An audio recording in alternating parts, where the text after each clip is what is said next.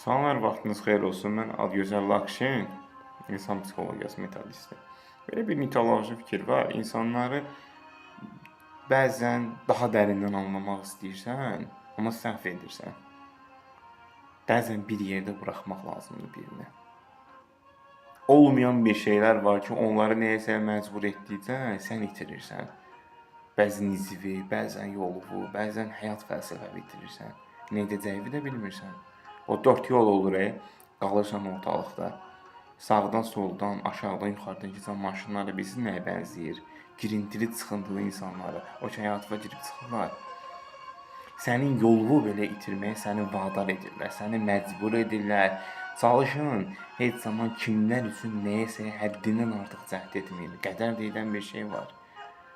Bir kiçik astana var, ora qədər gəlirsən, dirənirsən. Çünki getsən yanarsan.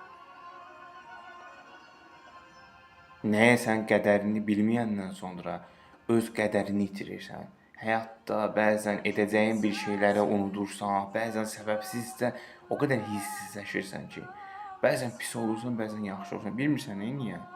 Çalışın, qarşınızdakı insana əsasən dəyişin. Həddindən artıq dəyər verməyin. Çünki siz dəyərsizləşərsiniz.